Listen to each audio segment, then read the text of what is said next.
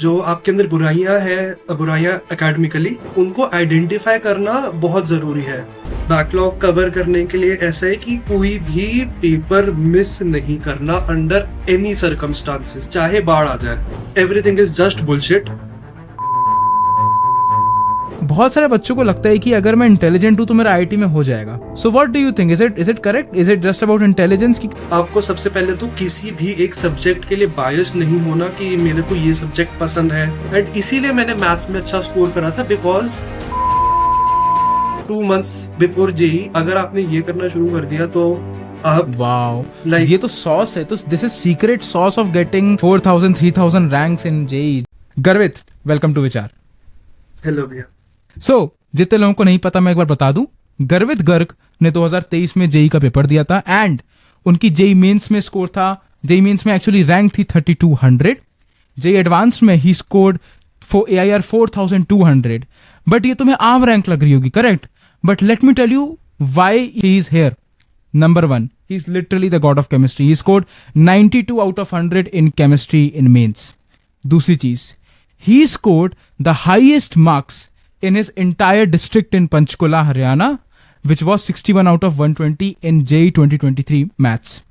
And इतना ही नहीं, the best part about him being the best scorer in maths was उन्होंने 2 साल की मैथ्स के बैकलॉग को 2 हफ्ते में कंप्लीट किया।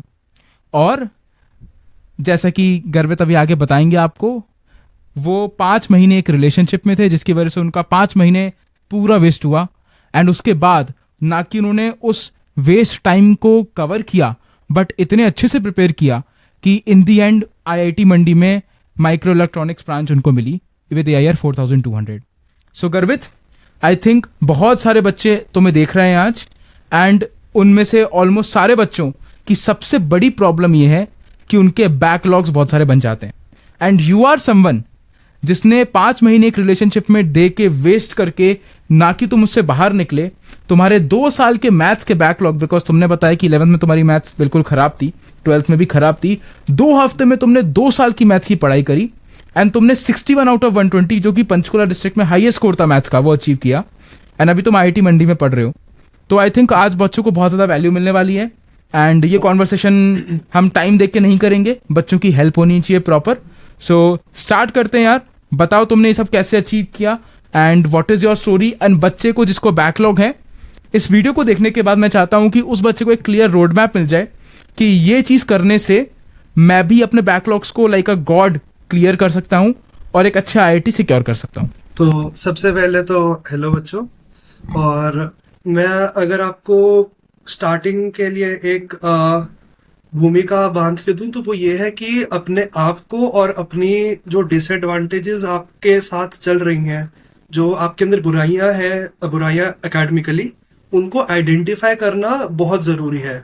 जब तक आप आइडेंटिफाई करके एक्सेप्ट नहीं करोगे भी हाँ मेरे अंदर ये बैकलॉग है, ये कमियां हैं, तब तक उसको ठीक करने के बारे में तो भूल ही जाओ। अगर हम बैकलॉग के लिए, स्पेशली बैकलॉग के लिए बात करते हैं, तो हम कह सकते हैं कि जब तक मेरे को ये नहीं पता कि मेरा क्या क्या बैकलॉग है और किस लेवल तक मैं उस बैकलॉग में डूब चुका हूँ, उससे उभरने का चांस ही नहीं है। तो सबसे पहला काम अगर मैं अपने उस 5 महीने की बात करूं तो वो ये था कि 11th खत्म होते ही मैंने सबसे पहले अपने आप को समेटना शुरू करा, देखना शुरू करा कि मेरा क्या क्या टॉपिक है जो बैकलॉग है, एक्चुअली बैकलॉग है, और फिर सिस्टमैटिकली उठाकर हमको ये देखना है कि क्या क्या मेरे हिसाब से नॉट कि मेरे को कोई क्या कह रहा है, मेरे को मेरे माँ बाप क्या कह रहे हैं या टीचर्स का, मेरे को खुद से देखना है कि मेरे को क्या टॉपिक पे फोकस करना चाहिए। इसमें मैं एक चीज इंक्लूड करूंगा बिकॉज बहुत सारे बच्चों को कॉन्टेक्स्ट नहीं पता होगा, तो वहां से अपन चालू करते हैं। सो तुम क्लास 11th में आए, ठीक है? तुमने क्लास 11th के कुछ महीने पढ़ाई करी, करेक्ट? एंड देन उसके बाद तुम एक रिलेशनशिप में आए, ठीक है?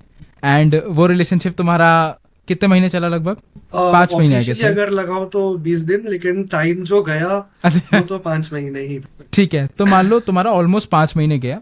अब 11 तुम्हारी आधी खत्म हो चुकी होगी आई गेस, तब तक ऑलमोस्ट एंड पे है, तो नवंबर स्टार्ट ओके तक हम आ चुके हैं। तो मतलब अब तुम 11th में गए, तुमने 11th में जितना भी पढ़ा 5 महीने तुमने वहां वेस्ट करे, और अब तुम नवंबर एंड में हो एंड 11th के नवंबर एंड में आते आते अब तुम बहुत ही बेकार सिचुएशन में पहुंच गए थे, बिकॉज तुम्हारे बैकलॉग्स बहुत सारे थे, तुम बहुत डिस्ट्रैक्टेड थे, तो तुम्हारे पास 2 साल नहीं थे प्रिपरेशन करने के, एंड आई थिंक तुम ड्रॉपर भी नहीं हो, करेक्ट? हाँ। तो तुम्हारे पास 2 साल नहीं, तुम्हारे पास ऑलमोस्ट 1.25 साल या ऑलमोस्ट 1 साल था प्रिपरेशन करने के लिए। अब 1 साल में तुमने 2 साल की प्रिपरेशन कैसे करी, यहां से चालू करते। तो आफ्टर दैट फेस, बिकॉज पहले तो मैं जानना चाहूंगा कि तुम उस फेस से बाहर कैसे निकले, क्योंकि बहुत सारे बच्चे शायद अभी जो रिलेशनशिप में है या फिर जो अभी कुछ एक टॉक्सिक रिलेशनशिप में है, उनको बहुत सारी हेल्प हो जाएगी कि यार क्या करें बाहर निकलने के लिए, निकलें कि नहीं निकलें, उसी में फंसे रहें, दोनों को मैनेज कैसे करें। तो तुम सबसे पहले क्या उनको एडवाइस दोगे बच्चों को, जिससे तुम्हें निकलने में हेल्प मिली? तो एक जो मेन धक्का जो लगा था, दैट वाज द रियलाइजेशन कि ये हम सिर्फ अपने आप को डिस्ट्रैक्ट नहीं कर रहे हैं, बल्कि हम अपने पेरेंट्स के साथ भी एट एक इंस्टेंट हम बिट्रे कर रहे हैं उनको, उनके ट्रस्ट को। और जो उन्होंने मतलब हमको रिसोर्सेज दिए हैं, वो उन्होंने कुछ अपने हिसाब से सोच कर दिया था जिसका हम मिसयूज कर रहे हैं। तो जब वो रियलाइजेशन आती है तो खुद से ही मन नहीं करता कि कुछ भी मतलब डायरेक्शन अपनी गलत डायरेक्शन की तरफ थोड़ा सा भी जाने का। तो अगर वो रियलाइजेशन आपको सही टाइम पे हिट कर जाती है कि आप जो भी कर रहे हो वो कर क्यों रहे हो, मकसद क्या है उसका, तो आप इन टाइम अपने आप को संभाल सकते हो। मेन बात बस ये है कि रियलाइजेशन आपको होनी चाहिए और आपको अपने आप को आगे संभालना आना चाहिए कि अब मैं इससे निकलूं कैसे। तो वो उसके लिए तो हम बैठे ही हैं। हाँ, जिनको नहीं पता, बाय द वे मैं एक बार थोड़ा सा यहाँ पे बता देता हूँ बिफोर वी मूव ऑन। अगर आपको गर्वित भैया की स्टोरी रिलेट लगती है, आपको उनसे बात करना है, तो हमारा एक प्लेटफॉर्म है जिसका नाम है ट्रू मेंटर, मैं लिंक दे दूंगा गर्वित भैया से बात करने का। वहाँ उस लिंक पे क्लिक करोगे तो सीधे आप गर्वित भैया से चैट या कॉल कर सकते हो, बट अभी मत जाना, ठीक है, बिकॉज अभी गर्वित भैया मेरे साथ पॉडकास्ट कर रहे हैं, तो पहले सुन लो पूरा, उसके बाद नीचे लिंक पे क्लिक करना, डिस्क्रिप्शन में लिंक दूंगा, वहाँ जाके बात कर सकते हो उनसे डायरेक्टली। बट मूविंग ऑन, तो तुम बोल रहे हो कि किसी बच्चे को अगर इस फेज से बाहर निकलना है तो एक ही तरीका है, उसको खुद रियलाइज करना पड़ेगा कि भाई ये मैं अपने माँ बाप का के साथ धोखा कर रहा हूँ, करेक्ट? कभी कभी हो सकता है आपको कोई और रियलाइजेशन करवाए, आपके पेरेंट्स खुद या फिर आपके टीचर्स, लेकिन वो खुद से अंदर से जब तक वो आग नहीं आएगी कि हाँ मैंने कुछ गलत कर दिया है और अब मेरे को इससे बाहर निकलना है, तब तक आप कुछ नहीं कर पाओगे। आप जीरो पर हो, लेजिट अपने बॉटम जीरो पर हो। तुम्हें लगता है रिलेशनशिप में रहना ड्यूरिंग जेई प्रिपरेशन गलत चीज है? ड्यूरिंग जेई प्रिपरेशन में, अगर इसमें भी मैं आपको 2-3 पार्ट्स में डिवाइड करता हूँ। एक है स्टार्टिंग का पार्ट, जब शुरू होता है, जब आपको पहले के 2-3 महीने ये समझने में लग जाते हैं भी हम कर क्या रहे हैं, क्या हमारा फॉर्मेट है, क्या हमारा फ्यूचर है। तो उस टाइम पर सबसे क्रूशल टाइम है अपने आप को संभालने का, और अपने टीचर्स और पेरेंट्स से जितना हो सके कनेक्टेड रहो, अपने फ्रेंड्स के साथ नहीं, और रिलेशनशिप में तो बिल्कुल भी नहीं। Okay. That is one of the dangerous and the most riskiest period. उसके बाद थोड़ी स्टेबिलिटी आ जाती है जब +1 +2 थोड़ी चलती रहती है। वो भी वो मेरा पीरियड था। उसमें ऐसा है कि अगर वो स्ट्रेट रोड पर कहीं पर एक कंकड़ फंस गया तो आपकी पूरी गाड़ी पलट सकती है। वो स्ट्रेट रोड में आपको एक सीधे स्टेबिलिटी के दायरे में रहकर ही चलना चाहिए आपको, अपनी स्टेबिलिटी मेंटेन करके। और इधर उधर देखना तो बहुत ही मुश्किल, मतलब बिल्कुल भी नहीं करना चाहिए। जैसे तो अगर घोड़े कोई अभी को- मान लो जो पॉडकास्ट देख रहा है और अगर वो रिलेशनशिप में है, तो तुम उसको क्या बोलोगे कि तुरंत ब्रेकअप कर दे अभी? देखो वो करना मतलब ना, क्या करना simply- चाहिए उसको अगर हाँ देखो, अगर आप डायरेक्टली ब्रेकअप करोगे, बेसिकली आप बस अपनी मेंटल हेल्थ को कह रहे हो बाय बाय, बिकॉज उसके बाद आपने 4 महीने उसके लिए रोना है, तो घुमा फिरा कर कुछ नहीं बनना। तो आपको क्या करना है, आपको अपनी प्रायोरिटी सेट करनी है। आपको प्रायोरिटाइज खुद से करना पड़ेगा भी। आपकी स्टडीज आपके लिए प्रायोरिटी है, और जो आपने अपने लिए टाइम निकाला है, भी मैं दिन के 8 घंटे पढ़ूंगा, अगर उस टाइम पीरियड में आपने अपने आप को कहीं और डिस्ट्रैक्ट करा, तो वही बात है, आप अपने आप से नहीं, आप अपने माँ बाप से धोखा कर रहे हो। और अपने आप को तो आप एक बहुत ही डीप गड्ढे में धीरे धीरे धंसाते जा रहे हो। तो इस टाइम पर जब आप पढ़ रहे हो और जो आपने अपने सेल्फ स्टडी के लिए टाइम डेडिकेट करा है, उस टाइम पर तो आपको बिल्कुल भी, मैं तो कहता हूँ कि पानी पीना तक बंदा भूल जाता है, इतना डेडिकेशन होता है उस टाइम पे। तो बट ऑब्वियस उस सबसे तो मुश्किल है एक्सपेक्ट करना, but this is what people expect from you. Got it. तो बेसिकली अगर आप प्रायोरिटी सेट कर सकते हो एंड अगर आप उस प्रायोरिटी, सामने वाला आपका जो पार्टनर है, आपकी बॉयफ्रेंड है, आपकी गर्लफ्रेंड है, अगर वो उस चीज़ पे खरे उतर पा रहे हैं कि यार वो समझ में आ रहा है कि आप दिन में 20 मिनट्स या 30 मिनट्स ही बात कर सकते हो, हाँ। या कभी कभी 2-2 दिन बात भी नहीं कर सकते हो, and still they are supporting you, then it's okay. But अगर उनका ऐसा है कि नहीं, मुझे दिन के 2 घंटे आप तुम्हारे चाहिए ही चाहिए, then this is the time for you to take a call कि भाई अब मेरे को थोड़ा सा प्रायोरिटी देना पड़ेगा, सामने वाले को बताना पड़ेगा, करेक्ट? हाँ, जब तक कोई Got भी चीज आपकी पढ़ाई में हिंडर नहीं कर रही है, इट इज ओके। अगर 1 से 2% भी कर रही है तो वो एक पूरा मतलब वाइड एंगल बन जाएगा। आगे जाकर अभी 1-2% है, आगे जाकर 50% बनेगा, आगे जाके 100% पड़ जाएगा, पढ़ाई डूब जाएगी। ये आपको समझना पड़ेगा कि किस पॉइंट पर आप डिस्ट्रैक्ट हो रहे हो, और वहीं के वहीं उसको मतलब स्टेबलाइज करना पड़ेगा आपको। अंडरस्टूड, ठीक है। तो आई थिंक रिलेशनशिप वाला एंगल हमने सॉर्ट कर लिया। अब समझते हैं कि ये बैकलॉग कैसे सही करें, बिकॉज आई थिंक बैकलॉग सही करना हर किसी का एक डिफरेंट मेथड होता है, मेरा भी एक डिफरेंट स्ट्रैटेजी है। बट जो तुमने किया है, जिनको नहीं पता मैं बता देता हूँ, गर्वित भैया ने 2 साल की मैथ्स 2 हफ्ते में पढ़ी है, वो भी एडवांस के जस्ट पहले, एडवांस के 2 हफ्ते पहले में। एंड ये कोई मूवी नहीं चल रही है, सच में हुआ है। एंड उसके बाद उन्होंने अपने पूरे सिटी में सबसे ज्यादा नंबर लेके आए जेई एडवांस में मैथ्स में। तो इससे अच्छा कमबैक तो हनी सिंह का भी नहीं हुआ मेरे हिसाब से, जितना तुमने कमबैक किया इतना अच्छा। तो मुझे ये बताओ कि यार ऐसे मतलब बैकलॉग कवर कैसे करें, लाइक एक स्टूडेंट कैसे बैकलॉग कवर कर सकता है, और what is the right amount of weeks या डेज एक बच्चे को सेट करने चाहिए। कुछ बच्चे बोलते हैं मेरे 2 हफ्ते में बैकलॉग कवर करना है, कुछ बच्चे बोलते हैं मेरे को नहीं, मेरे को तो 6 महीने में बैकलॉग कवर करना है। तो राइट टाइम क्या होता है, राइट स्ट्रैटेजी क्या होती है, एंड आपकी क्या स्ट्रैटेजी थी, ये बताइए। तो सबसे पहले तो ये कि बैकलॉग कवर करने के लिए ऐसा है कि कोई भी पेपर मिस नहीं करना अंडर एनी सर्कमस्टांसेस, चाहे बाढ़ आ जाए।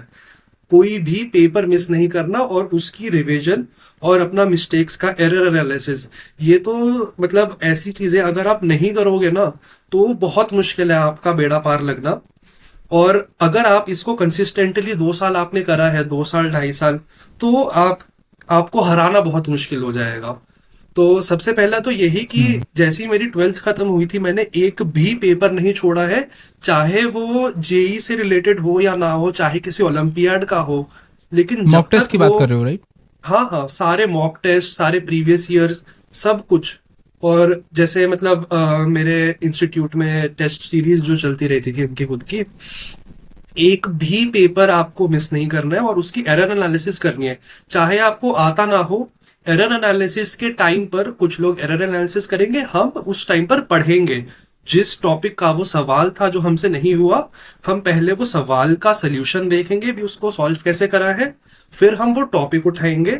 और ये अगर हम करेंगे तो इससे हमारा most of the portion cover हो जाता है। कह लो जेई मेंस तक का मोस्ट ऑफ द पोर्शन इसी से कवर हो जाता है। एडवांस जो है वो एक अलग चीज है, उसके लिए ये करना काफी नहीं है, बिकॉज वो जेई एडवांस्ड है। मैंने क्या करा था, लास्ट के 2 हफ्ते या 10 दिन लगा लो, सिर्फ मैथ्स करी है। मेरे को पता था मेरी मैथ्स वीक है, केमिस्ट्री मेरी बहुत स्ट्रांग थी, मैं संभाल लूंगा। फिजिक्स मेरी अच्छी थी, फिजिक्स में मेरी अंडरस्टैंडिंग बहुत अच्छी थी, तो मेरे को पता था कि फिजिक्स भी मेरी हो जाएगी। The only thing I focused on was my maths, and for 10 days continuously, 12 hours a day, I just did previous year maths questions, mock test of maths, and everything related to maths, just maths, because maths ने ही मेरा 2 साल दिमाग खराब करा था, but okay.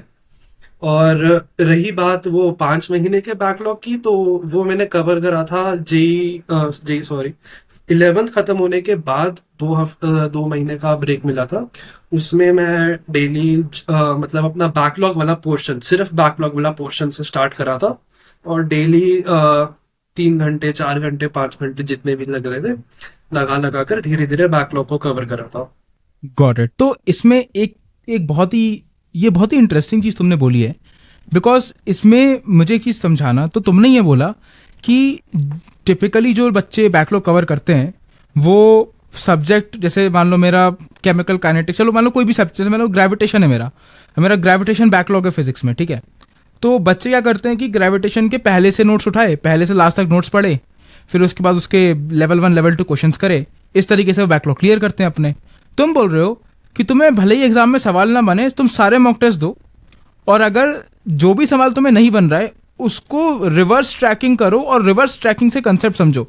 It's like saying कि अगर तुम्हें कोडिंग सीखनी है तो कोड मत करो, ऐप बनाने जाओ, और ऐप बनाने वक्त जो जो सामान, जो जो कोडिंग की चीजें की रिक्वायरमेंट होगी वो एक एक करके सीखते रहो. Is that, am I correct in assuming this? हाँ, लेकिन इसमें एक कंडीशन ये है, हम ये अज्यूम कर रहे हैं कि जब टीचर पढ़ा रहा था वो, तब हम जीरो थे, तब हम बिल्कुल एब्सेंट थे क्लास से. तभी ये करने का फायदा, because this is basically skipping few of the steps जो कि उस टॉपिक को हाँ या फिर एग्जैक्टली. उस कॉन्सेप्ट को बिल्ड करने वाले हैं. तो अगर टीचर पढ़ा रहे हैं और उस टाइम पर आपको बैकलॉग है तो दिस इज नॉट रिकमेंडेड. अगर आपका लाइक पूरा साल खत्म हो चुका है या फिर 2 साल खत्म हो चुके हैं और अब आप कुछ टॉपिक्स उठाने चाह रहे हो तो वो टाइम कंज्यूम करेंगे. उस केस में मैं कहूंगा कि प्रीवियस ईयर या जितने भी आप पेपर्स सॉल्व कर सकते हो, पेपर्स के थ्रू बैक ट्रैक करके टॉपिक्स को कंप्लीट करना चालू. तो मुझे एक चीज बताना, जैसे कि तुमने फिर बोला कि जैसे मेरे 3 4 5 महीने के जो बैकलॉग थे उसको मैंने अगले 2 महीने में कवर करा by studying 3 4 5 hours a day about the backlogs.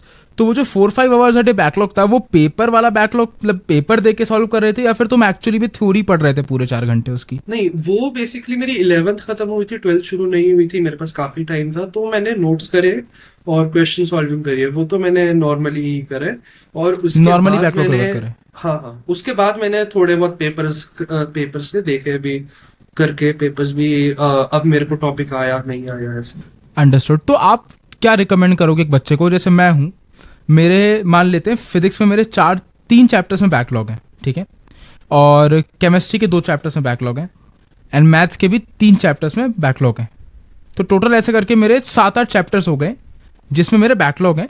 Van ऐसे बैकलॉग मुझे ऑलमोस्ट कुछ नहीं आता, ऑलमोस्ट, ठीक है. अच्छा, मैं ये तो अब मैं उस बैकलॉग को कवर करने का क्या करूं? Like should I start solving, मैं उस पर्टिकुलर चैप्टर के पीवाईक्यूज की एक बुक उठाऊं, वो करते जाऊं, वहां से बैक ट्रैकिंग करूं, या फिर मैं सबसे पहले उस पूरे चैप्टर की थ्योरी पढ़ के फिर ये चीज करूं? What should I do? ये मुझे थोड़ा सा क्लियर करो as a student. As a student अब आपको खुद देखना है कि आपके पास टाइम कितना बचा है और आप कितना डिवोट करके सेफ जोन में रह सकते हो. तो अगर आपकी देखो अभी +1 खत्म हुई है और अभी आपके 8 चैप्टर पड़े हैं करने के लिए, यू हैव एनफ टाइम, 2 महीने हैं, 8 चैप्टर बड़े आराम से हो जाएंगे, हंसते खेलते हो जाएंगे. बट अगर आपकी +2 खत्म हो चुकी है और आपका 8 चैप्टर जो है ये मेजर वाले हैं, तो अब इनको पढ़ पढ़ के करना थोड़ा डिफिकल्ट है. और अब आपके पास टाइम भी बहुत कम है, बिकॉज जनवरी में आपका मेंस 1 है, वो आपकी वेट कर रहा है, और मेंस 1 के मोस्टली लोगों का मेंस 1 ही अच्छा जाता है, तो हम इसी के अंदर कवर अप करने की कोशिश करेंगे. और मेंस 1 से पहले पहले एटलीस्ट नहीं तो 50 60 मॉक पेपर्स जेई मेंस के हम देंगे, और उसके थ्रू हम ये आपके 8 चैप्टर्स जो है ये कवर करने की कोशिश करेंगे. लेकिन जैसे इसमें बहुत ज़्यादा मेरे को लगता है कि इस वाले तरीके में बहुत ज़्यादा बच्चे को स्ट्रांग होना पड़ेगा मेंटली, बिकॉज अब एग्जाम में तुम बैठे हो और तुम्हें 30% क्वेश्चन तुमसे सॉल्व ही नहीं हो रहे हैं, और तुम नेचुरली स्कोर ही, अगर जैसे तुम मेंस में या जितना भी तुम स्कोर करते हो उससे तुम 50 60 नंबर कम स्कोर कर पा रहे हो normally because of your backlogs, तो बच्चा फिर वो मतलब नॉर्मली डिमोटिवेट होगा ना बच्चा कि यार मैं सारा मतलब क्या कर रहा हूँ मैं, मतलब मैं तो जो भी कर रहा हूँ मेरे सवाल बन नहीं रहे हैं. लाइक तो उस टाइम पे बच्चे का माइंडसेट क्या होना चाहिए? क्योंकि बच्चा तो नंबर तो देखता है, तो सीधी बात है. तो वो तो है ही. What should be the mindset? क्योंकि पेपर आप दोगे और उसमें नंबर कमाएंगे तो आपको दुख तो होगा, लेकिन यू आर मेकिंग श्योर कि नंबर कमाएं बिकॉज आप बैकलॉग को इंक्लूड करके पीवाईक्यूज लगा रहे हो. तो उस केस में क्या करना चाहिए बच्चे को? तो सबसे पहला तो ये भी confidence, self confidence is the key to success. और इस केस में तो जो जेई का केस है, मेरे केस में सेल्फ कॉन्फिडेंस ने मुझे इतना ज्यादा बूस्ट अप करा था ना, मैं आपको सच्ची बता रहा हूँ, मैं अपनी 95 परसेंटाइल तक एक्सपेक्ट नहीं कर रहा था जेई मेंस में, और मैं खुद हैरान था जब मेरी 99 से ऊपर आई थी, बिकॉज मेरे मॉक टेस्ट में ही इतने कम नंबर आते थे. लाइक प्रीवियस ईयर जेई का Really? मेंस का पेपर दिया, हाँ प्रीवियस ईयर जेई मेंस का पेपर दिया, नंबर आए, उस नंबर के हिसाब से परसेंटाइल निकाली 95 परसेंटाइल. एक्चुअल जेई दिया 99.7 परसेंटाइल. आई एम लाइक भाई मैंने करा क्या पेपर में जाकर. So this is what you need to focus on, self confidence. और आपको खुद पे ये पता होना चाहिए कि जितना मैंने करा है अपना 100% दिया है, अब मेरे आगे जो मर्जी ला दो, अगर मैंने उसमें अपना 100% दे दिया तो आई एम फ्री, मतलब मेरे ऊपर मेंटली कुछ नहीं है। जितना मेरे से हो सकता था मैंने करा, अब उसके हम्म। बाद जो होगा वो मेरे हाथ में नहीं है। तो सबसे पहला तो स्ट्रेस जो है वो नहीं लेना, वो सेल्फ कॉन्फिडेंस को बहुत डिग्रेड करता है। दूसरा, कंपेयर नहीं करना अपने आप को अपने आसपास वाले लोगों से। दोस्तों और से। हाँ, और प्रीवियस ईयर वाले जो लोग हैं उनसे, मेरे सब दोस्तों के मेरे से ज्यादा आते थे एक्चुअल जेई मेंस में, किसी के मेरे से ज्यादा नहीं है, बट ओके। अच्छा। तो self confidence is what will back you in your time's of distress. और मैं आपको एक्चुअल जेई मेंस के टाइम पे बताता हूँ। मैं अपना 95 परसेंटाइल दिमाग में लेके गया था पेपर में, और मैंने अपने साथ वाले के पीसी पे झलक डाली and it was all red, each and every question was red except for one. And I was so relieved. मतलब आपको अभी लग रहा होगा अभी 95 परसेंटाइल कम है या जो भी है, आपको ये देखना है कि आप 15 लाख में से टॉप कितने, 5,000, टॉप कितने 50,000 तक में आ रहे हो, 95 50,000। Percentile. So it is such a big success, you know. But वो रियलाइज नहीं करते ये हम्म। अपने आप को दूसरों से कंपेयर करके। सो कंपैरिजन नहीं करना, सेल्फ कॉन्फिडेंस हमेशा रखना है, और जो भी आप करोगे उसमें अगर अपना 100% दे रहे हो तो कोई चिंता की बात नहीं है, you are in a very good position. Understood. तो बेसिकली हमने बात करी कि यार बच्चे का बैकलॉग कैसे क्लियर हो।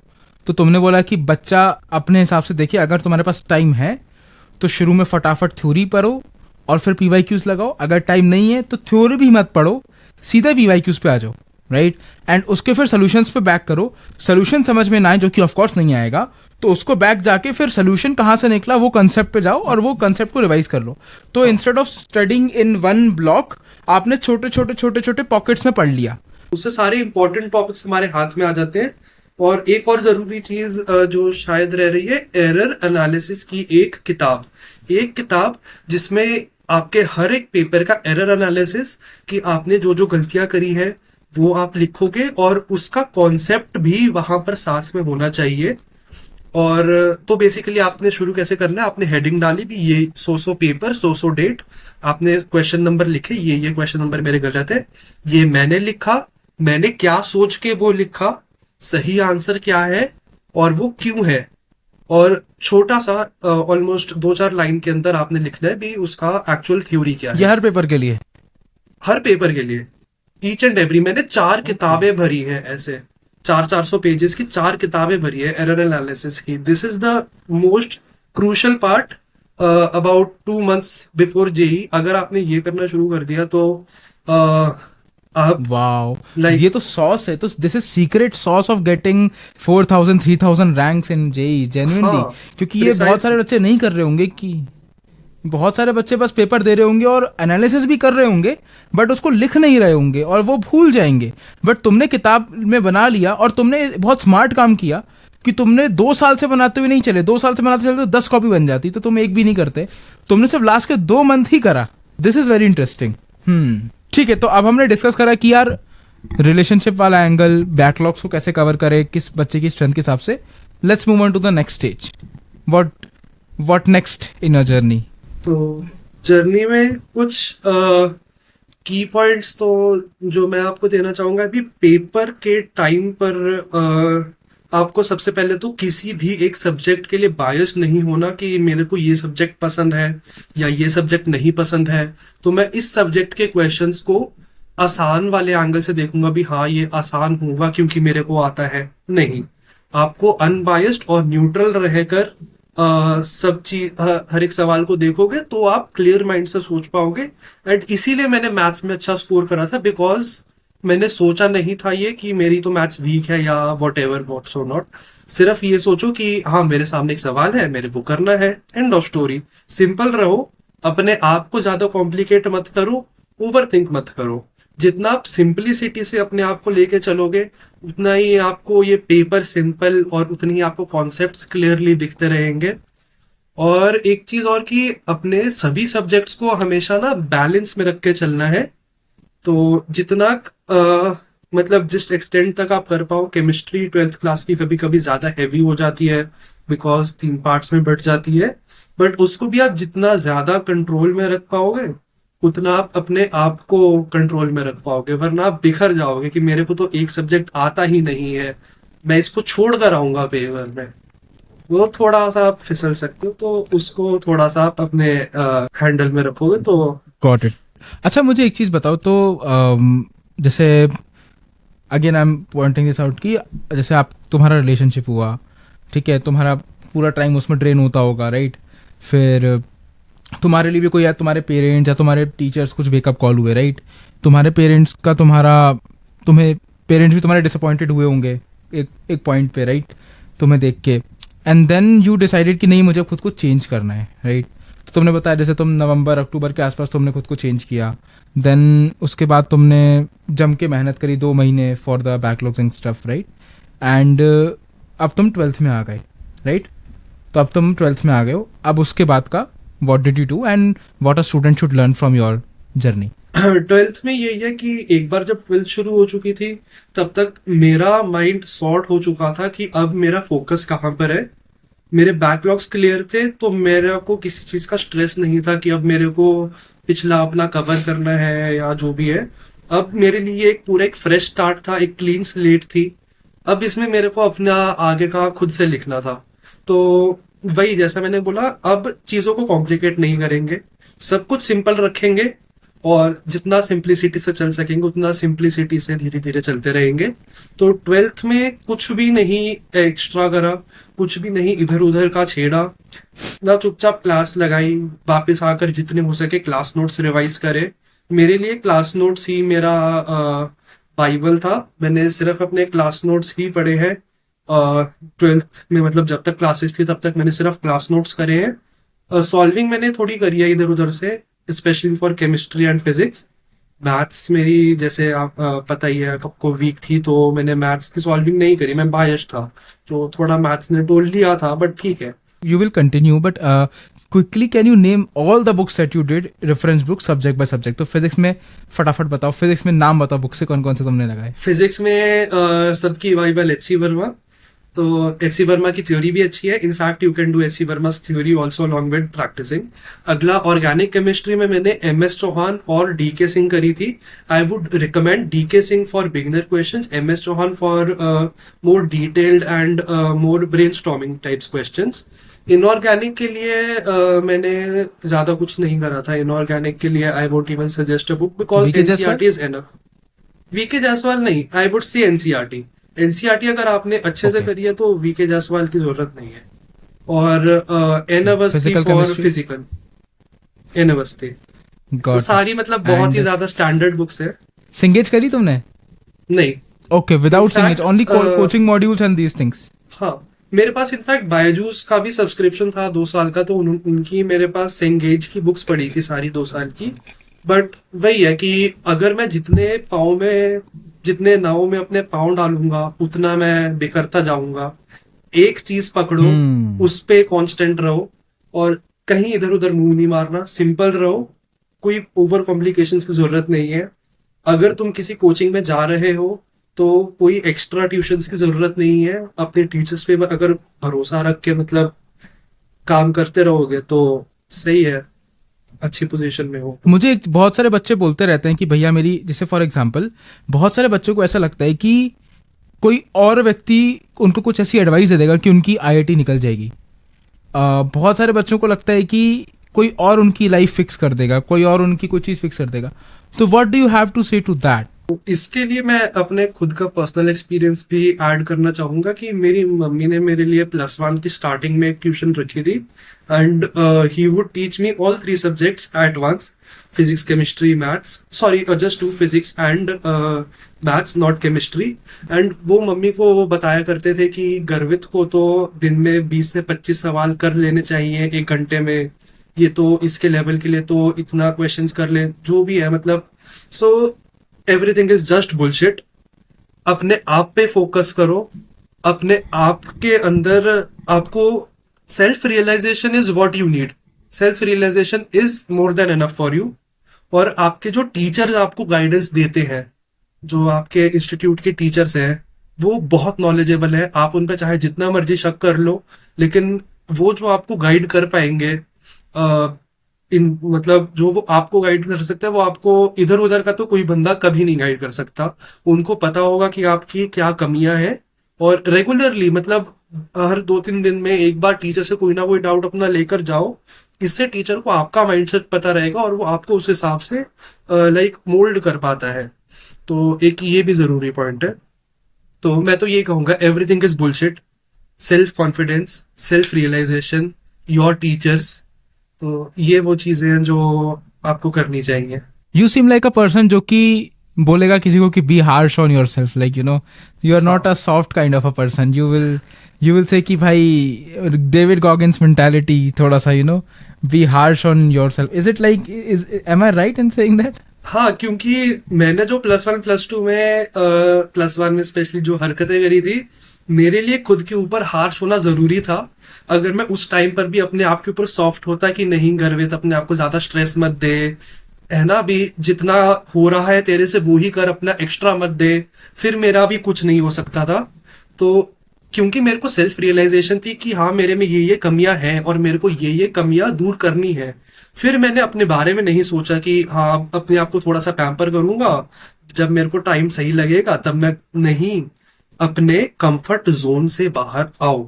जब तक आप अपने कंफर्ट जोन में हो, आप कहीं नहीं पहुंच पाओगे, वहीं पर बैठे रह जाओगे।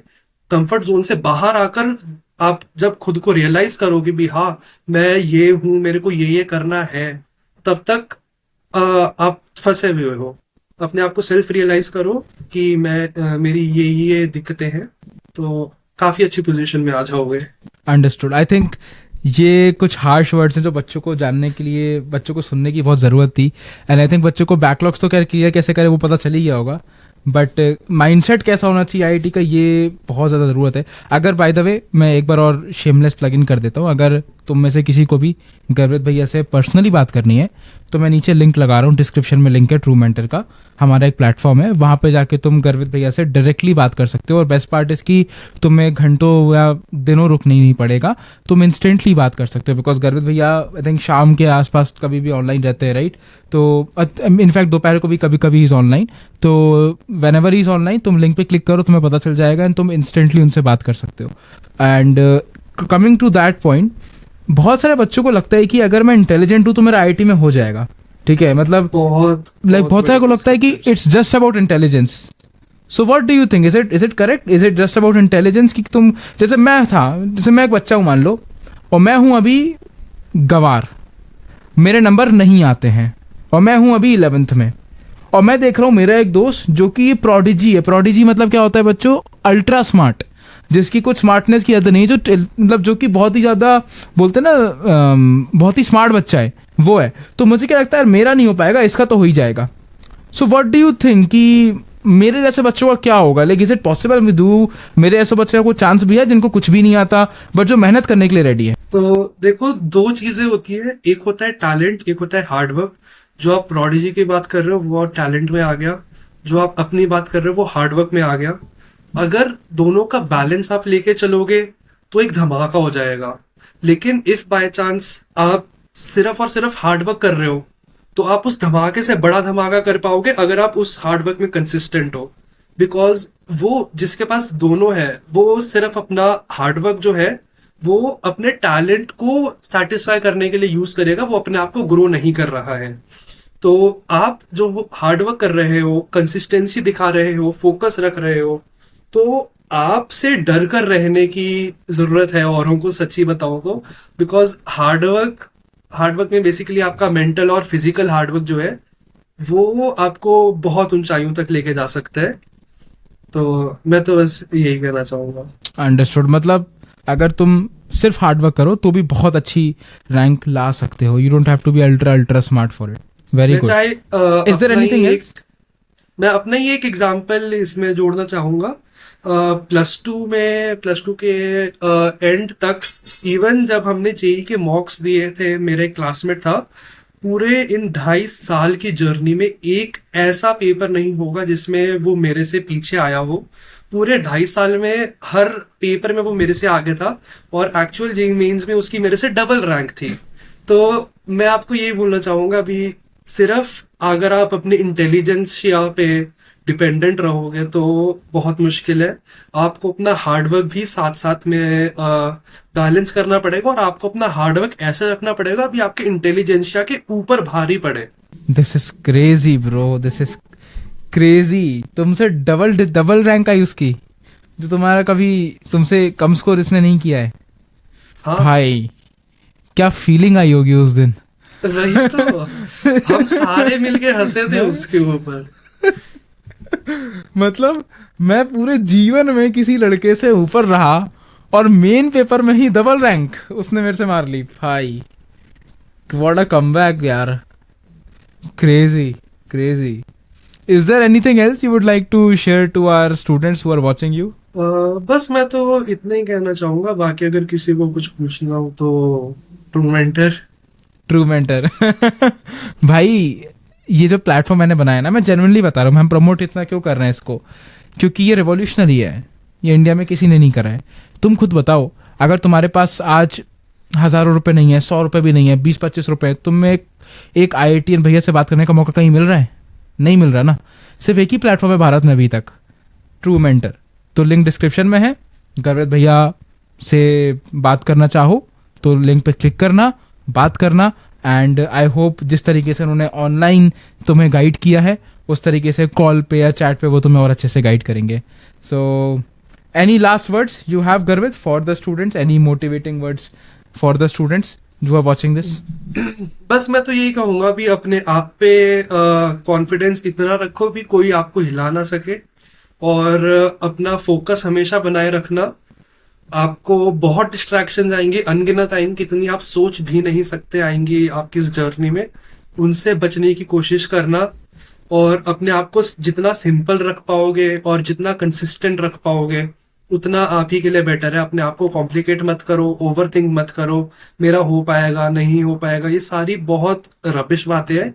आपको सिर्फ और सिर्फ अपने आप के ऊपर फोकस करना है, और अपना ध्यान जितना आप अच्छे से रख पाओगे और अपना ग्राइंड जितना आप कर पाओगे अपने आप को, कि मैं अपना फोकस पे आप अपने आप को कितना पुश कर पाओगे, वही आपका लास्ट में सक्सेस डिफाइन करने वाला है। With this note, let's end this conversation here. Thank you, Garvit, for being here on Vichar. Thank you भैया।